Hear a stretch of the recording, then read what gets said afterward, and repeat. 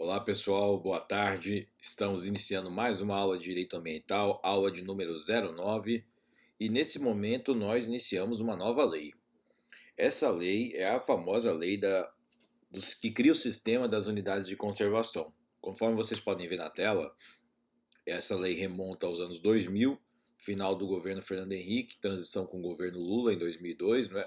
Um momento em que a matéria meio ambiente já havia sido colocada como uma das grandes pautas internacionais, e o sistema de criação de unidades de conservação é um modelo, unidades de conservação é um modelo pensado, idealizado internacionalmente, sobretudo construído no âmbito da ONU, da Organização das Nações Unidas. E aí o que acontece? Esse sistema ele nasce na ONU e nacionalmente no Brasil ele é repensado e remodelado segundo a realidade brasileira. Naturalmente, outros países também adotam esse modelo de unidades de conservação segundo suas particularidades territoriais e questões geopolíticas, não é?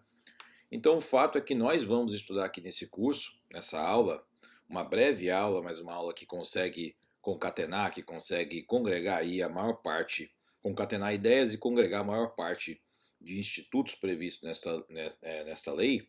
Nós vamos nos dedicar aqui aos aspectos principais e eu tenho a impressão que por volta aí de 30 minutinhos nós conseguimos aí dar os contornos principais para que vocês em seguida leiam a lei de uma maneira completa e elaborem os exercícios e resolvam a lista de exercícios, uma breve lista de exercícios sobre o tema, tá bom? Esse tema vai perseguir todos vocês que querem concurso de magistratura, na OAB também vai perseguir vocês, Ministério Público, quem quer trabalhar em matéria ambiental naturalmente tem que saber isso. Isso às vezes cai no âmbito também do direito constitucional, tá? Com um detalhezinho na Lei 9985. Procuradorias, né? As advocacias públicas. Então é um tema que está em todos os lugares, pessoal. Não tem como fugir. Vamos aprender aqui de uma maneira rápida, sucinta, os principais contornos da lei. Então vem comigo, vamos começar. Nós vamos começar aqui, pessoal, explicando como é que a lei ela foi instituída. Não digo o processo legislativo, não é essa a questão, tá? Essa lei é uma lei ordinária, vocês podem ver aqui no próprio artigo 1º. Esta lei institui o sistema das unidades de conservação. Da lei número 9985. Vocês sabem que se fosse uma lei complementar, estaria lei complementar número 9. Qual a diferença do rito, professor? A diferença entre uma e outra. Existe hierarquia entre a lei complementar e a ordinária? Naturalmente não, vocês já sabem disso, mas eu vou reiterar. A questão aí é o quórum, não é? Matérias reservadas à lei complementar necessitam de um quórum legislativo mais robusto e lei ordinária um quórum menos robusto, tá bom? Bom, a alteração dessa lei é possível? Pessoal, naturalmente pelo processo legislativo, né? Você não pode um decreto revogar uma lei. Vocês já sabem disso, não preciso ficar reiterando. O fato é o seguinte, primeiro, aprendam que o C significa unidade de conservação, tá bom? Isso vai ser usado, todo mundo que trata dessa matéria fala as UCs, as unidades de conservação. Então gravem essa sigla. Então esse Sistema Nacional das Unidades de Conservação é o Sistema Nacional das UCs. Ok. Aí eu fiz uma observação para vocês aqui sobre pontos principais da lei. Primeiramente, quem já acompanhou a aula da Política Nacional do Meio Ambiente, que é isso aqui, tá? Lei da Política Nacional do Meio Ambiente, vocês viram que a maneira como essa lei é estruturada, não é? Dispositivos gerais, conceitos, os órgãos compõem o sistema, e aí nós fomos então para o regramento das competências desses órgãos, o que é a política, objetivos, diretrizes. Essa lei aqui ela é estruturada da mesma maneira, de um modo muito semelhante, não é? Até porque foram na mesma década, né? Então existe uma maneira de legislar própria a um determinado tempo, e essa foi a maneira que foi adotada também na lei das unidades de conservação. Primeiro, vocês podem ver que a lei institui conceitos básicos, depois ela descreve o sistema, que quais são os objetivos. Os conceitos básicos são conceitos em matéria de direito ambiental, tá? Que vão ser aplicados não só no âmbito dessa lei, mas no âmbito de todo o sistema ambiental nacional. Então, conceitos que estão ali não são só para os fins desta lei, mas que conceituam toda a matéria ambiental no Brasil, tá? Manejo, conservação, enfim. Descrição do sistema. Nós temos lá objetivos do sistema, diretrizes do sistema e quais são os órgãos que compõem o sistema. Igualzinho à Política Nacional do Meio Ambiente. Então percebam, vocês têm um sistema da Política Nacional do Meio Ambiente e vocês têm um sistema aqui, Sistema Nacional do Meio Ambiente, SISNAMA, né? E vocês têm aqui o Sistema Nacional das Unidades de Conservação. São outros órgãos, tá? Às vezes os órgãos são os mesmos de lá. Algumas vezes são os mesmos órgãos. Mas o sistema é um outro sistema, certo? Então pense, um sistema da política nacional e aqui nós temos um sistema das unidades de conservação, que é outra matéria, certo? Pensem o seguinte, pessoal. Na minha aula vocês têm um sistema, não é? Direito ambiental é um sistema. Se vocês assistirem a minha aula em processo civil, é um outro sistema. É um outro regramento, é uma outra maneira de reportar a matéria, é outro conteúdo. Então aqui a questão da Política Nacional do Meio Ambiente é um sistema próprio, o Sistema Nacional das Unidades de Conservação é um sistema à parte. Aí a lei passa em seguida a categorizar as unidades de conservação, descrevendo cada uma delas, inclusive. Primeiro ela estabelece duas categorias, que são as unidades de proteção integral, conforme vocês podem ver aqui, UPI, unidades de proteção integral. Nessas são as mais protegidas da lei, tá bom? Aquelas áreas em que praticamente você não pode fazer nada. E as unidades de uso sustentável, que eu coloquei uso, tá? Para vocês não esquecerem. Uso, a sigla uso. Unidades de uso sustentável. São duas modalidades de unidade de conservação. Então nós temos unidade de conservação como gênero, UPI, unidade de proteção integral como espécie, unidade de uso sustentável como outra espécie. Certo? Então são as duas grandes categorias de unidade de conservação. E a partir de cada uma dessas categorias, vocês vão ter um monte de tipos de unidade de conservação. Vocês já ouviram falar dessas unidades de conservação, talvez sem saberem. Quem já viu propaganda da TV Cultura, vivia aparecendo, essa é a reserva biológica não sei o quê. Essa reserva biológica significa o seguinte, que é uma unidade de proteção integral. Certo? Reserva biológica você não pode tocar, praticamente. Por quê? Foi uma maneira de você instituir áreas em que o meio ambiente natural, porque tem o artificial aqui da cidade, né? Mas o meio ambiente natural ele pudesse ser protegido de uma maneira intacta e ao mesmo tempo também você pudesse dar meios de ele reaflorar. Porque veja, pessoal, se o homem estabelecer como espaço humano todas as áreas do planeta, né? Toda vez que o homem entra em contato com um meio ambiente, ele é o ser vivente, a princípio, que mais impacta o meio ambiente nesse planeta. Então foi compreendido que é necessário estabelecer áreas em que o ser humano não deva adentrar com frequência. Por quê? Porque a mera interação do ser humano com essas áreas, sobretudo quando linkado com uma atividade econômica, você ocasiona uma total transformação daquela área.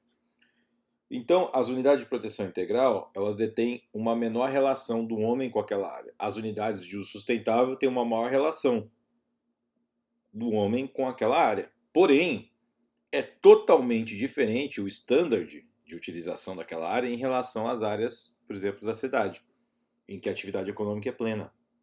Claro, segundo zonas geográficas, conforme o direito urbanístico estabelece. Mas é interessante que vocês entendam isso. A ideia das unidades de conservação é você estabelecer áreas em que o ser humano não teria acesso, deixa a natureza lá com ela mesma, a natureza para além do ser humano, porque o ser humano também é natural, né? Deriva da natureza. E as unidades de uso sustentável seria uma área em que há uma interação com o ser humano, porém uma interação gradativa, uma interação reduzida em relação às áreas que não são unidades de conservação. Bom, o objetivo da lei é isso, você instituir um mosaico de unidades de conservação no país, seguindo os ditames, as diretrizes da Organização das Nações Unidas. Esse é o objetivo, gente. Proteção do meio ambiente, criação de um sistema em que as futuras gerações tenham direito ao meio ambiente, conforme estabelece a Constituição, e, sobretudo, proteção do patrimônio genético biológico nacional. Né? Então tem unidades de proteção integral que são mais voltadas a isso, unidades sustentáveis que são menos voltadas. Aqui no Amazonas nós temos bastante, não é, de ambos os tipos. O problema é que às vezes não é tão noticiado isso para a gente, porque nós vivemos um pouco à deriva do meio ambiente aqui no Amazonas. Né? Por mais inacreditável que se pareça, nós somos uma sociedade aqui, a sociedade amazonense, que não respeita tanto o meio ambiente, apesar de ser propagado pela mídia tradicional de que aqui tem umas áreas com menor degradação em todo o país, lá. O fato é o seguinte, gente, é porque não há necessidade, tendo em vista a matriz econômica que ora vige no Amazonas. Se você tirar aí o modelo da Zona Franca, você vai ver que do dia para a noite as pessoas vão ter que buscar o seu sustento e vão buscar, com certeza, através do extrativismo predatório ambiental, né? Extrativismo, mineração, etc. Então, realmente é necessário que nós entendamos um dado muito básico aqui sobre o nosso estado, é que nós não temos saneamento básico. Isso não é só falta de dinheiro, né, gente? Claro que tem questão de financiamento também, mas é uma falta de consciência, tanto da elite quanto das classes menos favorecidas. Eu vejo mais uma vez os candidatos aqui a prefeito que ninguém tem uma posição muito clara a respeito do saneamento ambiental. E é muito triste, né? Você entender que nós não estamos ainda nesse patamar. Eu já estou há 16 anos aqui em Manaus e eu nunca vi isso, né? A não ser no governo do Arthur antigo, esse governo de agora, não tenho notícia de que houve qualquer melhora do ponto de vista do saneamento básico. Então, pessoal, essa lei, especificamente, ela tem seus efeitos, inclusive aqui no Amazonas, com o estabelecimento de unidades de conservação. E aí vocês não podem esquecer que existem unidades de conservação do ponto de vista da União, não é? Em que a União estabelece, em que os estados estabelecem, em que os municípios estabelecem. Então, existe uma competência aí comum para o estabelecimento das unidades de conservação.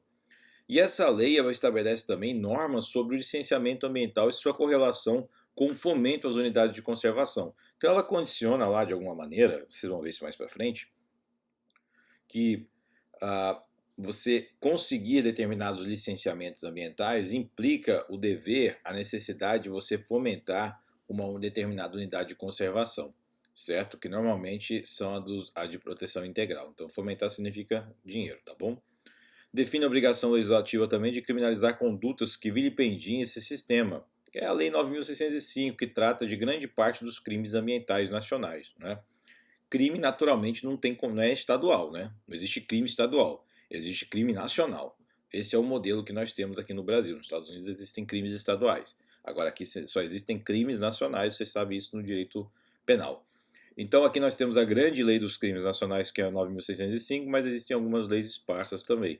E ali, essa lei de 2000 estabelece o seguinte, olha, você vai criar também crimes próprios crimes próprios, que eu digo não é crime próprio a categoria de direito penal, tá? De crime, uma espécie de crime.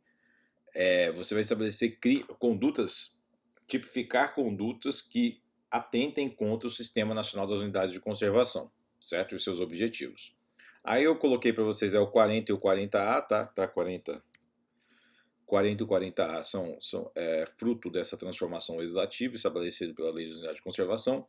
E por fim, essa lei coloca também, pessoal, a criação das reservas da biosfera. Reservas da biosfera seria uma modalidade de unidade de conservação que é estabelecida não pela lei brasileira, né? É um modelo criado lá fora, no âmbito da ONU, em que todos os países signatários da convenção deveriam criar reservas da biosfera, ou seja, aquela matriz jurídica para a proteção de determinadas áreas em todos os países signatários desse tratado. Detalhe também, pessoal, para as disposições gerais transitórias desta lei. Gerais e transitórias, né?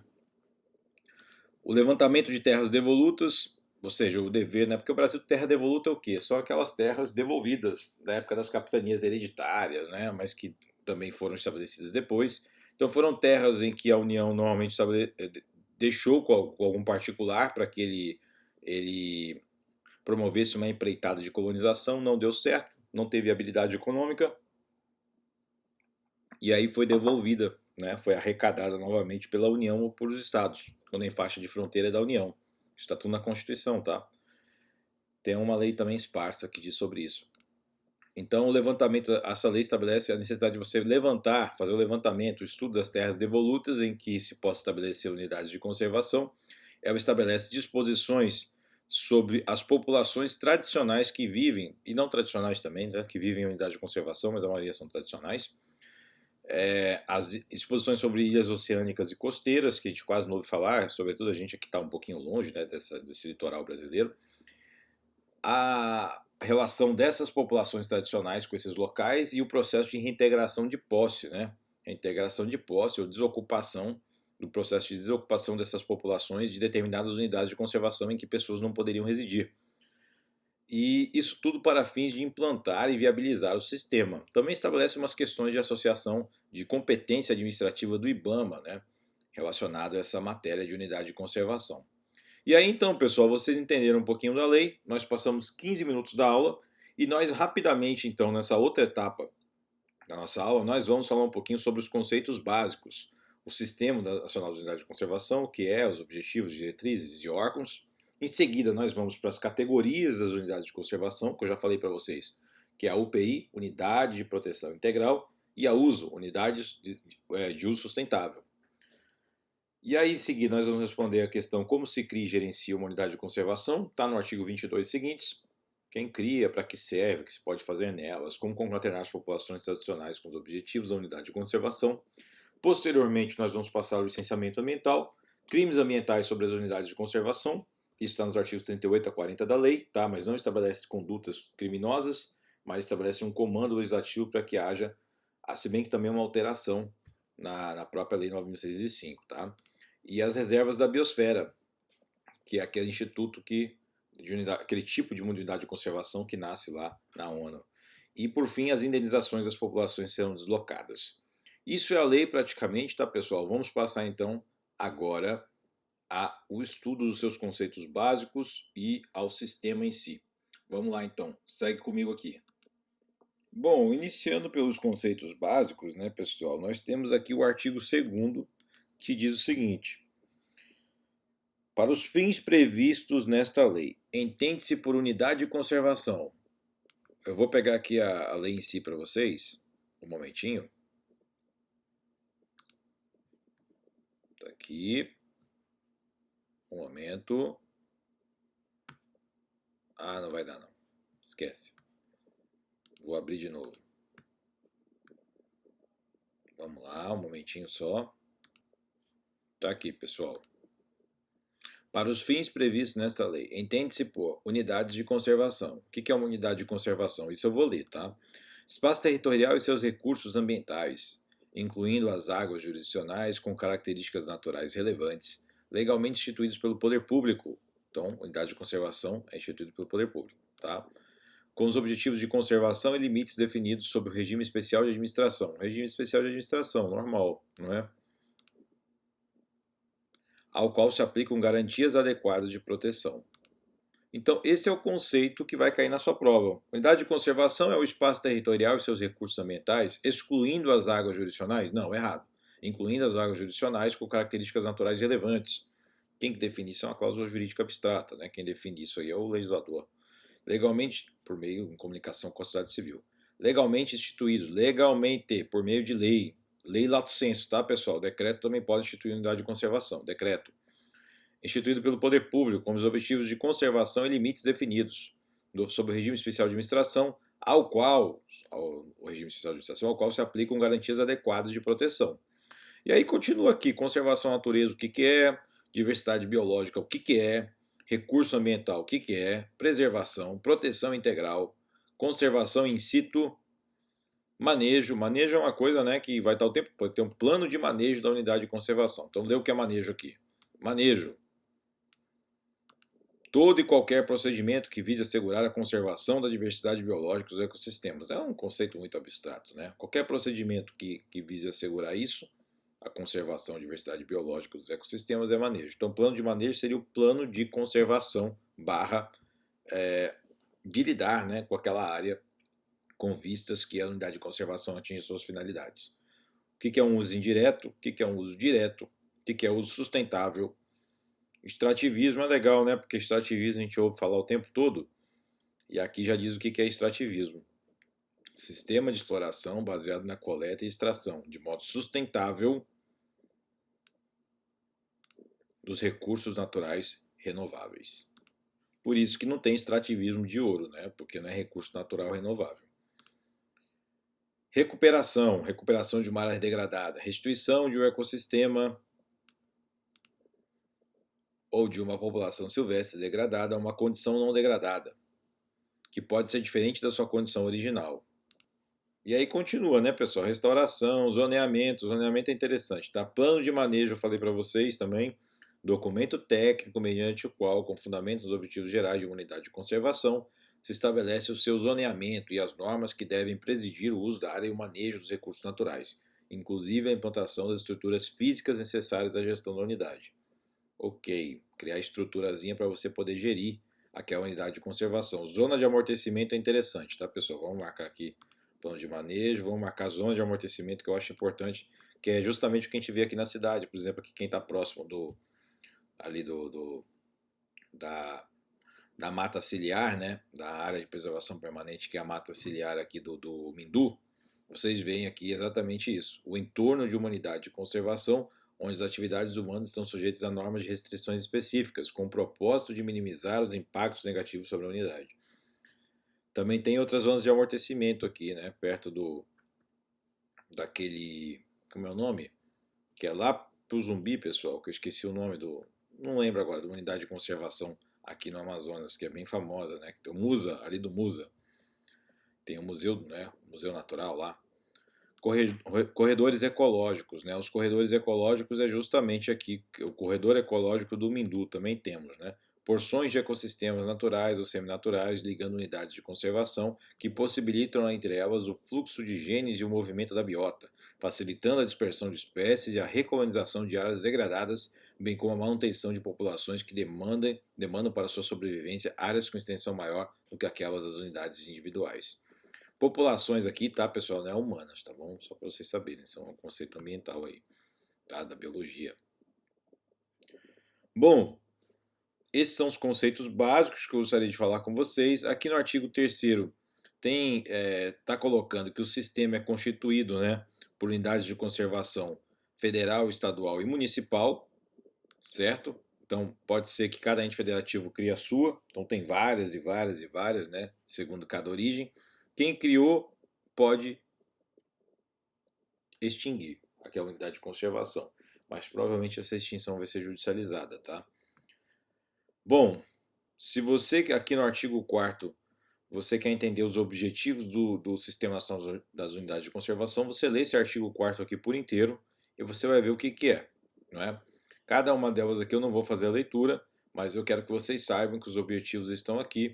Nós vamos só elencar essa questão aqui da contribuição para a manutenção da diversidade biológica dos recursos genéticos no território nacional e nas águas jurisdicionais, tá? Que isso é uma questão de independência nacional. Proteção das espécies ameaçadas, preservação e restauração da diversidade de ecossistemas. E tá aqui, ó, proteger e recuperar recursos hídricos e edáficos. Tá bom, pessoal? Gravem isso. Isso diz respeito aqui a solo, né? Edáfico. Sei que você vai ter dificuldade porque não é um uso que um termo que a gente usa no dia a dia. Bom, valorizar econômico e socialmente a diversidade biológica. Tá dentro também, não é? E proteger os recursos naturais necessários à subsistência das populações, etc. Não só das que moram lá, mas da cidade também, tá? Pessoal, artigo 5º nós temos as diretrizes, tá? Diretrizes e o artigo 4º foram os objetivos. Vocês vão saber já aí que provavelmente uma questão de concurso mais difícil vai trocar o objetivo pela diretriz, né? Uma questão de concurso boba, né? E você pode vir a errar. Por isso que é interessante você entender que, olha os verbos que eles usam aqui. Garantam, busquem, garantam, considerem, permitam. Então, por meio disso, se o cara colocar na alternativa aqui, busquem, tu já sabe que não é objetivo, que é diretriz, tá bom? Então essa é a dica que eu dou para vocês, mas vocês vão ler aí e vai ver que na verdade que o objetivo e a diretriz é muito parecida no fundo do seu significado verdadeiro, né? O âmago da significação é muito parecido, mas aí vocês vão ver pela linguagem que existe uma sacaneada aqui na prova que vão tentar dar em vocês. O artigo 6º vai falar dos órgãos, e aí vocês vão lembrar da Política Nacional do Meio Ambiente, quem assistiu a aula, né? Porque muita gente não assistiu a aula, muita gente. Nós vamos lembrar aqui que, mas olha, a faculdade é assim, é feita de escolhas, tá? O aluno que não tem tempo agora vai ter que ter tempo depois, porque senão vai ter investido 100 mil na faculdade à toa, que era melhor montar um negócio. Então, assim, claro, não é todo mundo que vai usar o direito ambiental, mas eu digo para vocês, quase todas as provas de concurso mais difíceis têm direito ambiental. É muito raro não ter. A exceção é não ter. Então, assim, se você não quiser assistir comigo, não quiser, eu acho que você deve fazer as coisas na hora, na hora. Então, faça agora. Agora é o seu momento para você estudar isso, né? Depois você vai só revisar. Mas se você não tiver tempo para fazer agora, em função das suas escolhas pessoais, das suas dificuldades pessoais, faça depois, tá? Porque o dano ele é irreversível. O fato é que, conforme a Lei da Política Nacional do Meio Ambiente, nós temos 3 categorias de órgão, porque a lógica é a mesma. Nós temos os órgãos consultivos e deliberativos, né? É um único órgão. Nós temos o órgão central, nós temos os órgãos executores, certo? E aí, dos órgãos executores, nós temos 2 tipos, Chico Mendes e o IBAMA, que eu acho que são os mais importantes, que eu vou até grifar aqui para vocês, tá? O Instituto Chico Mendes e o IBAMA, e inclusive foi acusado aí, né, pelo governo, que isso é um antro socialista e tal. Mas eu entendo, né, que existe uma certa partidarização desses institutos, às vezes, mas também aí nós temos que expurgar as pessoas que não estão ali para cumprir a finalidade do órgão, né? E não também só politizar a questão, né? Não digo que o governo esteja fazendo isso, né? Porque na verdade não sei. Mas, bom, nós temos aqui os órgãos executores, nós temos o IBAMA, órgãos estaduais e municipais também são órgãos executores, né? E outros órgãos executores, Instituto Chico Mendes aqui. Parágrafo único que eu gostaria de ler para vocês é o seguinte: podem integrar o Sistema Nacional das Unidades de Conservação, excepcionalmente e a critério do CONAMA, ou seja, o CONAMA ele vai ter que autorizar, o Conselho Nacional do Meio Ambiente. É aquele mesmo CONAMA que estava lá, tá, pessoal? Aquele mesmo CONAMA, lá da Política Nacional do Meio Ambiente. Esse mesmo conselho, se ele autorizar, ele pode permitir, então, que integre o Sistema Nacional as unidades de conservação estaduais e municipais concebidas para atender a peculiaridades regionais ou locais, possuam objetivos de manejo que não possam ser satisfatoriamente atendidos por nenhuma categoria prevista nesta lei, certo? E cujas características permitam, em relação a estas, uma clara distinção. Pega o significado real desse parágrafo único. O que ele quer dizer? Olha, unidade de conservação estadual e municipal que difira desse modelo de unidades de conservação que estão aqui, eles podem ainda assim integrar o Sistema Nacional das Unidades de Conservação, desde que eles justifiquem qual é a peculiaridade que autorizou o regramento daquela área, naquele município, naquele estado, ser diferente em relação a esse modelo. Então, o que significa? Você, fazendo parte do Sistema Nacional de Unidade de Conservação, você tem acesso a dinheiro, você tem acesso a recursos federais, né? Recursos em termos não só financeiros, mas também recurso de maquinário, recurso técnico, né? Questão de pessoal também. Enfim, você tem uma série de benefícios que vão ajudar você a administrar essa unidade de conservação, inclusive o enforcement, né, federal. Bom, no artigo 7º nós temos as categorias, que é justamente aquilo que eu gostaria de passar para vocês agora, tá? Categorias das unidades de conservação, vocês já sabem aqui, estão bem aqui as categorias: unidade de proteção integral e unidade de uso sustentável. Vou colocar aqui, unidade de proteção integral em azul, unidade de uso sustentável em verde. Aí vai falar qual é o objetivo de cada uma, né? Unidade de proteção integral, preservar a natureza. Apenas uso indireto. Professor, o que é uso indireto? Está lá no conceito. Não preciso repetir aqui, porque a gente nem leu, inclusive, né? Mas você lê lá. Os objetivos básicos da uso da unidade sustentável é a conservação da natureza com uso sustentável. O que é uso sustentável, professor? Está lá também, pessoal. Tá? Nós não vamos voltar nisso. Aí no artigo 8º ele vai falar quais são as unidades de conservação de proteção integral. São essas, pessoal. Cai na prova assim, tá? Vai falar que a de uso sustentável é de proteção integral, de proteção integral de uso sustentável. Vamos te sacanear nisso e você vai cair. Então eu aconselho vocês a decorarem esse grupo aqui. E o que não pertence a esse grupo é de uso sustentável. Essa é a técnica, tá? Estação ecológica, reserva biológica, parque nacional, monumento natural, refúgio da vida silvestre. São 5. Acabou. Aí ele vai descrever em seguida cada um deles, tá? Você lê aí sozinho, porque são muitos detalhes aqui e a nossa aula não tem esse propósito em AD, né? E aí em seguida você vai ver aqui no artigo, um momentinho, no artigo 14, você vai saber aqui, ó, quais são as unidades de uso sustentável. São essas aqui. São 7. Decora 5 de proteção integral e o que sobrar é de uso sustentável. Beleza?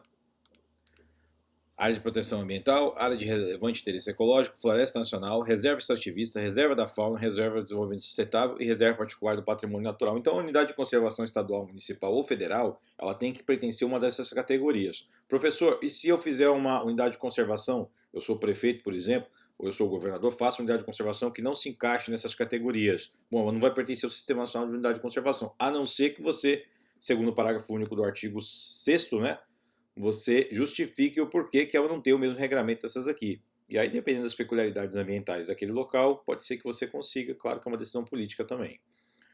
Pessoal, passamos agora para o artigo 22, tá bom? 22, vamos lá, 22. No 22, ele vai falar justamente isso. Como se cria e gerencia uma unidade de conservação. Né? Quem cria, para que serve, o que se pode fazer nelas. Isso tudo está naquele regramento. O que se pode fazer nelas é segundo o que cada unidade, qual grupo de cada unidade de conservação, proteção integral ou sustentável, ou se não, de acordo com ela mesma, né? Por exemplo, a reserva biológica é uma coisa, a estação ecológica é outra. Então, o que pode em uma não pode na outra, né? Mas a questão são os níveis, as gradações de intervenção humana. Tá? Isso vai ser segundo as peculiaridades regionais e segundo também o nível de interação daquela região com o homem. Espero que não esteja tão abstrato para vocês, tá? Mas foi a maneira que eu encontrei de explicar isso de maneira mais branda possível. Agora, naturalmente, a leitura da lei vai ser indispensável. Como se criar, implantar e gerir uma unidade de conservação? Aí está lá. São criadas por atos do poder público. Que ato, pessoal? Aí isso aí você grava que é importantíssimo, tá? É lei ou é decreto? Se você criar por lei, você só pode retirá-la por lei. Isso é jurisprudência, tá bom? Jurisprudência do STJ. Criou por lei, você só revoga aquela... Você só desestrutura aquela unidade de conservação, retira a existência jurídica dela por lei também, não por decreto. Agora, se você criar por decreto, você pode extinguir por lei. Não tem problema. É o princípio da paridade, né? Da paridade da forma legal de instituição.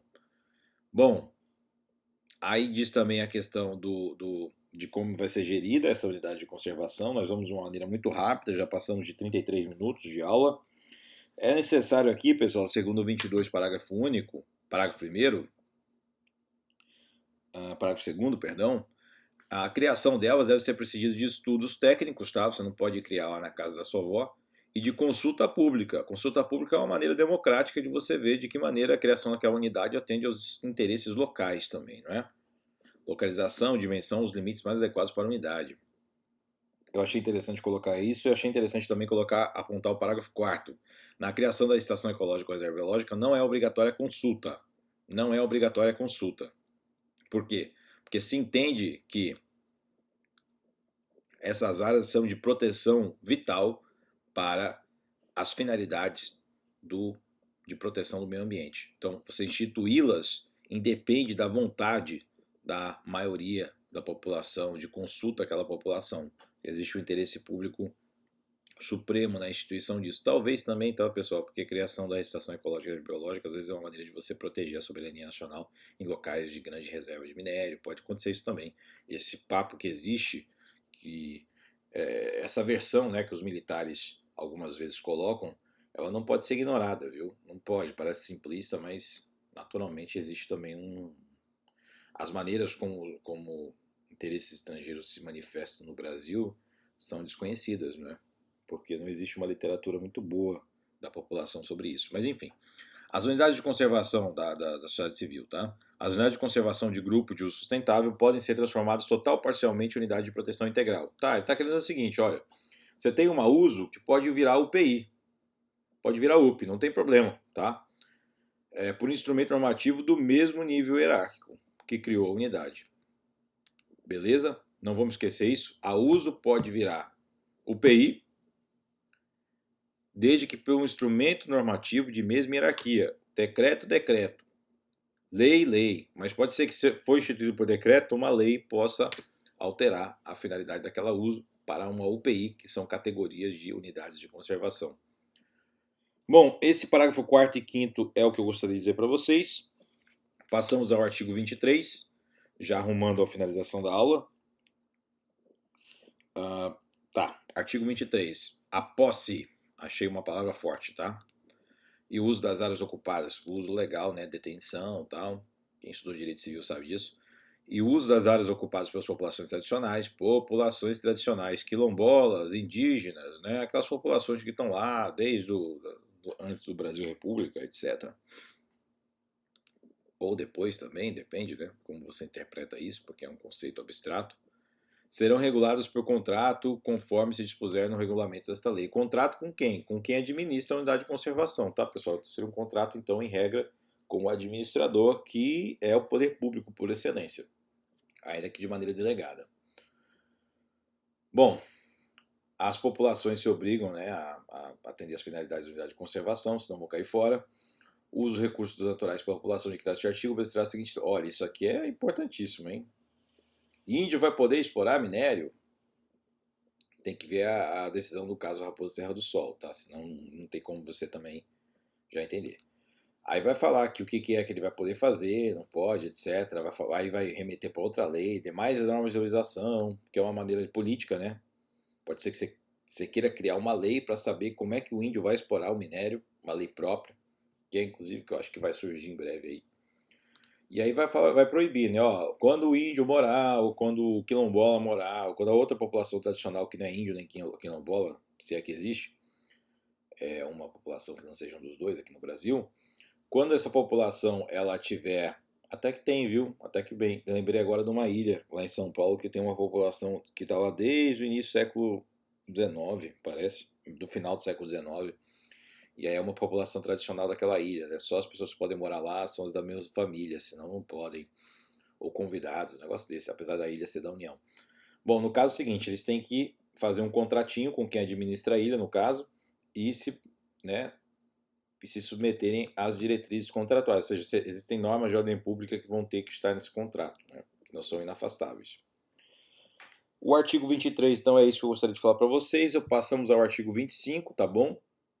No artigo 25 é o caput que eu gostaria de falar com vocês. As unidades de conservação, exceto a área de proteção ambiental e a reserva particular do patrimônio natural, são duas modalidades de unidade de conservação, tá bom?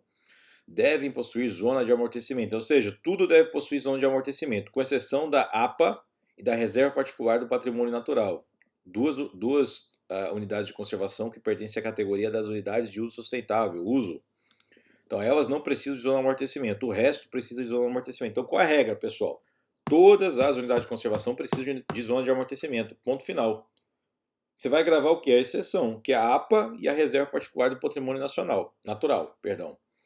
Cuidado, hein? Cuidado que é aqui que a prova te pega. Por isso que eu quis estabelecer para vocês. E quando conveniente, corredores ecológicos, tá? Então, corredor ecológico nem sempre vai ser uma obrigação. Corredor ecológico é aquilo que visa a comunicar as unidades de conservação. Lembra aqui esse corredor ecológico do Mindu, que é para conectar uma unidade de conservação ali do Parque do Mindu com outra, tá bom? Então é assim, pessoal, corredor ecológico. Aí os animais passam por lá de maneira tranquila, né? Mas o povo gosta de invadir. Nem cachorro pode ter nessas áreas, tá? As unidades de conservação devem dispor, a não ser que seja um cachorro do mato. As unidades de conservação devem dispor de um plano de manejo. Você sabe que é plano de manejo que está lá no conceito básico, beleza? Vamos para o artigo 31, encerrando a lei. 31, vamos para o parágrafo 2º, tá? É proibida a introdução das unidades de conservação de espécies não autóctones, espécies não naturais de lá. Isso é bagunça todo o meio ambiente, né? Coloca lá o caramujo, que nem colocaram aqui no Amazonas. Pô, aí tá caramujo para tudo que é lado aqui. Porque de repente não era uma espécie própria. Aí não tem um animal que o mate, né? Então ele prolifera, vira uma praga. Nas áreas particulares localizadas em refúgios da vida silvestre e monumentos naturais, podem ser criados animais domésticos e cultivadas plantas. Tá, então você já vai gravar isso aqui, tá? Ah, professor, você é muito chato. É, cara, mas aí eu tô te dando aqui o bizu. Se você não quiser, é chato mesmo. Direito é assim que hoje é cobrado nas provas, tá? Refúgio de vida silvestre e monumentos naturais, você podem ser criados animais domésticos cultivadas plantas consideradas compatíveis com a finalidade da unidade. Tá? Então significa que o resto não pode, né? Ok? Nas demais você não pode criar animal. Então, boi e tal, entendeu? A vaquinha, o porquinho, não pode. Então pode nos refúgios da vida silvestre, desde que, nem sempre, tá? Desde que compatível com a finalidade da unidade e de acordo com o plano de manejo. Bom, 31 está certo. Vamos agora para o 36. Já estamos terminando, pessoal. Aguenta aí, 40 minutos. Fala de licenciamento ambiental e fala o seguinte: olha, no caso de licenciamento ambiental de empreendimento significativo impacto ambiental, o que é isso, professor? Ah, significativo impacto ambiental é estabelecido por órgãos ambientais próprios, o que é significativo impacto ambiental, tá? Assim considerado pelo órgão ambiental competente, então você vê que é uma competência administrativa vinculada, né? Vai estabelecer critérios em que acha esse significativo impacto ambiental, não é assim da cabeça do fiscal. E aí você vai estabelecer o estudo de impacto ambiental e relatório de impacto ambiental. Toda vez que você tem um empreendimento então que tem esse tal significativo impacto ambiental, você precisa de um licenciamento ambiental próprio. E esse licenciamento exige o tal do EIA-RIMA, que é o estudo de impacto ambiental e o relatório de impacto ambiental. E aí, no caso, pessoal, quem precisar disso, o empreendedor que precisar desse licenciamento é obrigado a apoiar a implantação da unidade de conservação do Grupo de Proteção Integral, a UP. Então ele vai ter que mostrar o dinheirinho para financiar a UP, certo? E é isso que eu gostaria de falar para vocês. Tem um percentual aqui que está no parágrafo 1º. Quem quiser gravar, não pode ser superior a 0,5% dos custos totais previstos pelo empreendimento. Tá? Eu acho 0,5% interessante a gente gravar esse percentual, pode cair em prova.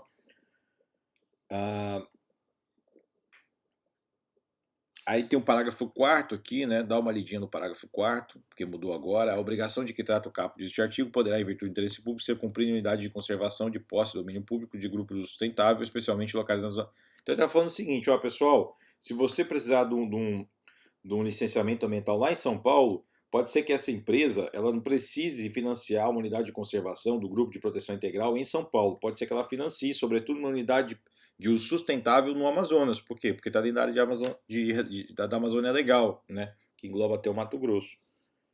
Ok? Ah, professor, o que é Amazônia Legal? Cara, coloca no Google aí, você vai ver a área de Amazônia Legal, tá? A Amazônia Legal não é só a área da Amazônia, é um conceito geoestratégico brasileiro idealizado na época da ditadura, mas que ainda é aplicado porque é um conceito inteligente, tá? Segundo as elites pensantes aí do Estado. Pessoal, 42, tá? E aí eu gostaria de leiam 42, leiam 44 e nós encerramos aqui no artigo 45. A aula termina. Exclui-se das indenizações referentes à regularização fundiária das unidades de conservação, derivados ou não de desapropriação. Ou seja, não vai ser indenizado. As espécies arbóreas declaradas imunes pelo corte pelo poder público, expectativas de ganhos e lucros cessantes, o resultado de cálculo efetuado mediante operação de juros compostos, tá? Então são meios aqui que você tem que você não vai compor no cálculo de indenização referente à regularização fundiária dessas áreas em que pessoas estão situadas nas unidades de conservação, tá? Derivadas ou não, desapropriação. Então significa o seguinte, que você não vai poder compor no cálculo que você vai pagar o cara, que você vai retirar ele ou não daquele local, porque às vezes você não precisa retirá-lo daquele local, mas às vezes você precisa, sobretudo nas unidades de proteção integral, você precisa, em regra, retirar as populações daqueles locais.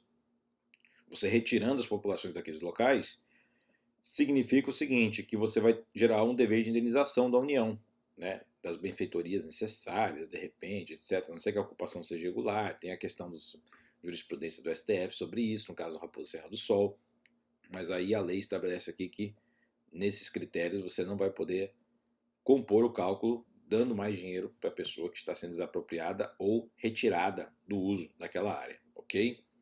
Pessoal, espero que tenham aproveitado. A aula foi boa, foi produtiva. Unidade de conservação está encerrado, tá bom? Crimes ambientais, vocês leem a 9.605. Nós vamos ter uma aula sobre ela bem rápida. E lembrem-se que o artigo 40 e 40A foi instituído por meio dessa lei aqui. Leiam 41, leiam 42, tá certo? E o 36 aí leem de uma maneira mais completa. Um abraço a todos, obrigado por terem ficado até então. 45 minutos foi um momento razoável, né? Foi um tempo razoável para nós finalizarmos essa aula. Tchau, pessoal. Sucesso aí para todo mundo.